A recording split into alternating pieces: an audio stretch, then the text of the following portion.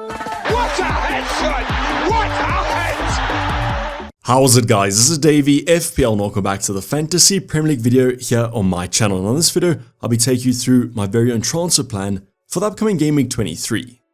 So Game Week 22 has just ended with that Chelsea vs Wolves game, and I'll be going over Game Week 22 as a whole and give you guys my current overall rank, as well as how many points I scored.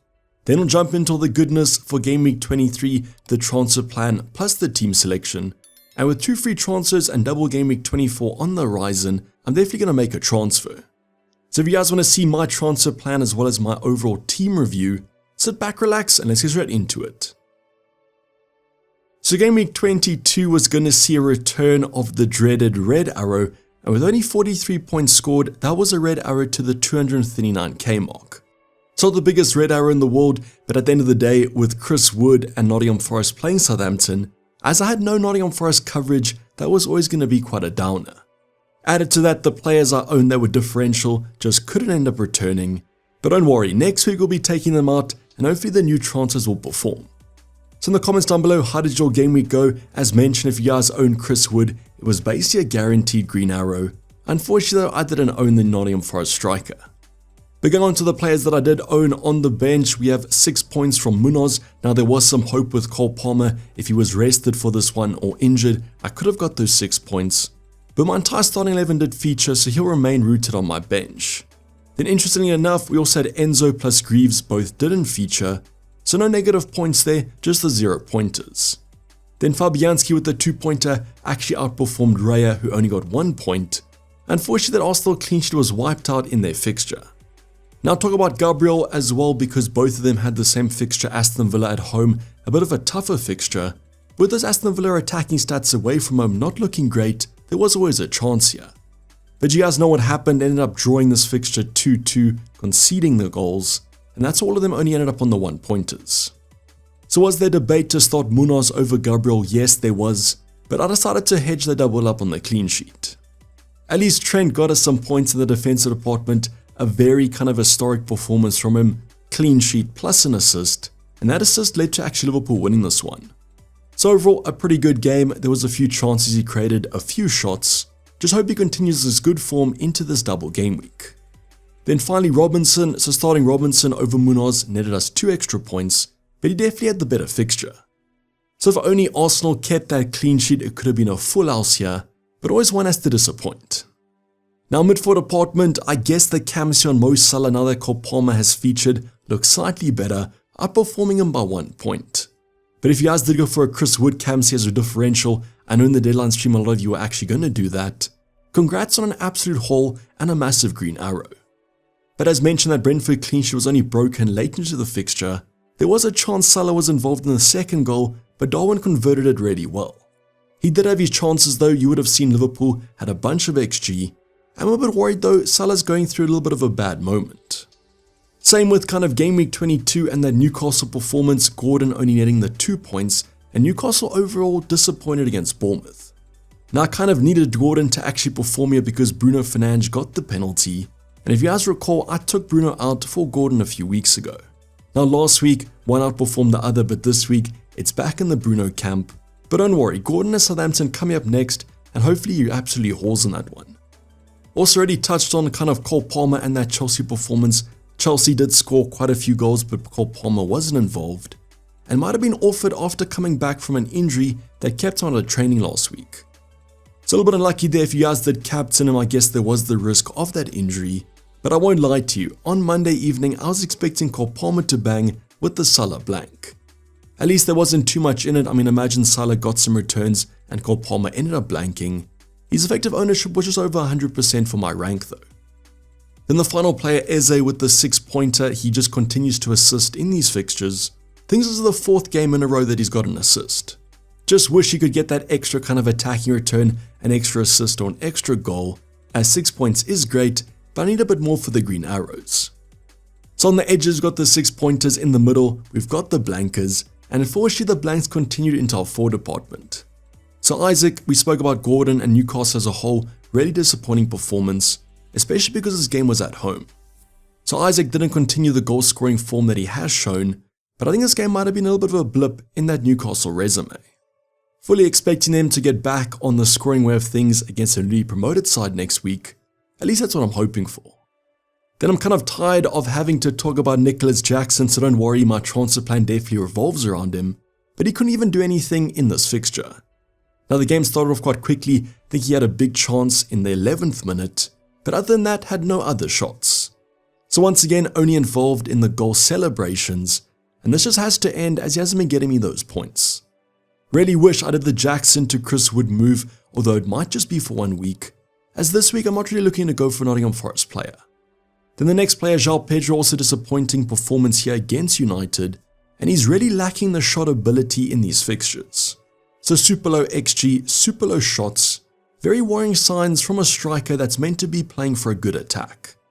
He is quite cheap though, so I have a little bit more patience with him than someone like a Jackson, and overall has a good fixture in GameWeek 23. But as I'm kind of rolling through these players, I can understand why I ended up on a red arrow. Just look at that midfield department, everyone blank besides Eze. Then the forwards, no returns as well, only Trent in the defense as well as Robinson. A terrible game week to be honest. But just because I had a bad game week doesn't mean that you guys did. Let me know in the comments down below, what's that overall rank looking like? How did game week 22 go? Don't flex Chris Wood on me too much.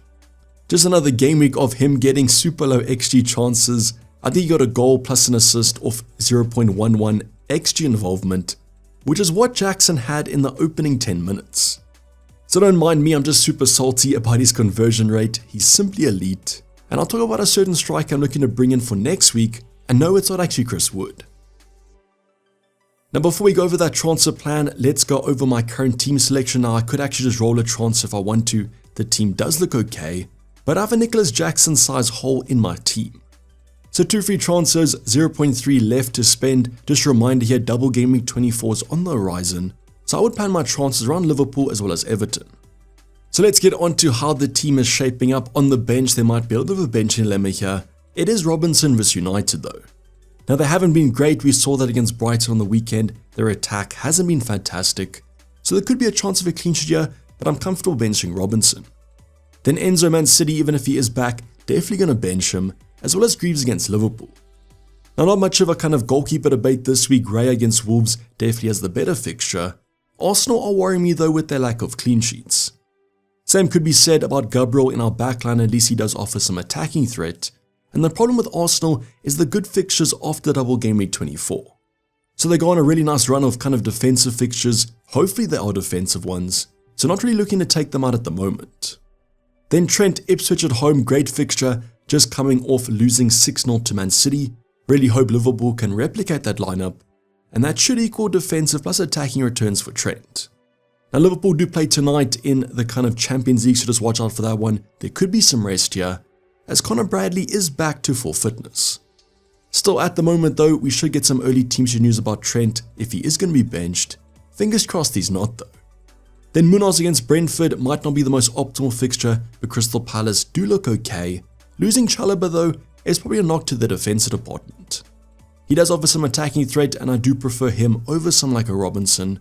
Brentford have been a lot better at home than away. Then in our midfield department, hopefully no blanks this week. We've got Salah against Ipswich with the Campsey armband. As mentioned, conceding 6 to Man City does lead me to some hope. Now yes, you guys could also target the Southampton game for Newcastle, but I do prefer Salah.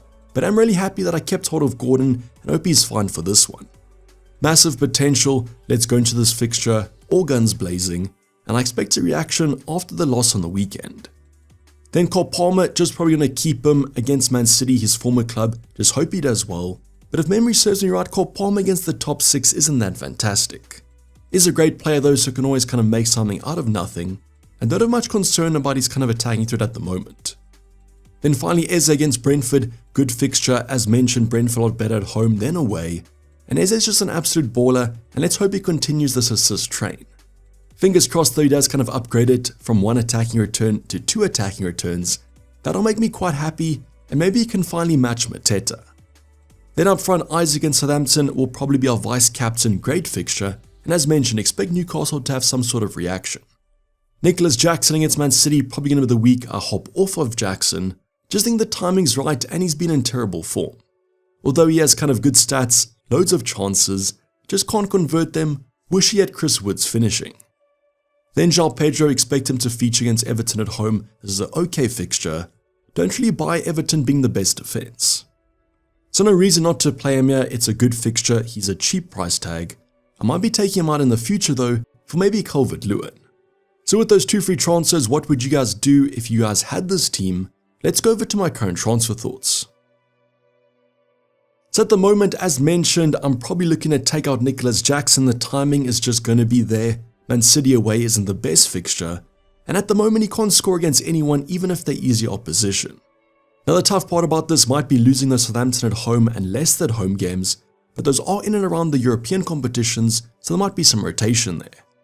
Now no, I won't be going for Chris Wood as my kind of forward replacement. I actually be going for Gakpo at the moment. I haven't locked this transfer in though for multiple reasons. The first one I already spoke about. They are playing in the Champions League tonight. I want to see if there is some rotation there. And second, and more importantly, Liverpool do play the early kickoff, but it's one of 4 games. So no, it's not the only early kickoff, don't worry, the curse won't be there. There's no early kickoff on Saturday, there's only the late kickoffs. So we'll probably be getting some early team sheet news. The Liverpool early leaks are pretty reliable, and therefore if he does start against Ipswich, he's a definite transfer in. My current thoughts on this is I'm kind of hoping that most people, because there's a lot of games between Game Week 23 and Game Week 24, they might hold off on Gakpo till next week. Ipswich at home is a great fixture though, so if he does start that one, there could be returns, and that might be the differential impact of my triple up on Liverpool. Now very important kind of talking point though, this does lock me off going for Arnie slot in terms of the assistant manager chip, so I won't be using that chip in double Game Week 24. If you guys don't know, he does count as a player from the team, and therefore if I go for Gakpo, I already own the triple up, so I can't go for the Liverpool manager as well.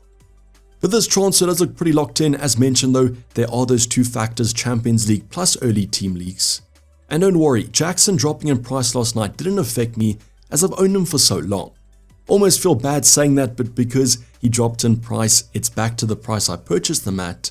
Let's just hope he doesn't drop in price and Gakpo doesn't go up before Game Week 23's deadline. Now in terms of the second transfer, probably just going to roll it into double Game Week 24. Could look at a Calvert-Lewin, a Pickford, that sort of thing next week. I think that's kind of the safe play to do. So this transfer does look pretty locked as mentioned. Let's just see how it does progress throughout the week. But let me know if you guys can suggest anything different. Your transfer plan might be better than mine. Also let me know your own thoughts on your own team in the comments down below on my Discord server. Slightly more active there if you guys need any help on it. There's still tons of content though to come for Game Week 23, Ultimate Guide and Team Selection dropping tomorrow and Thursday. Just watch out for that Champions League and Europa football coming up this midweek. Fingers crossed there's no major injuries. But this is basically going to wrap up the video guys. Hope you guys did enjoy it. Please don't forget to like if you didn't subscribe if you have subscribed yet. Make sure those notifications are on so that you guys get notified when I do upload a video. But for the time being, I'm signing off. It's been Dayvy FPL and I'm out. Cheers, bye.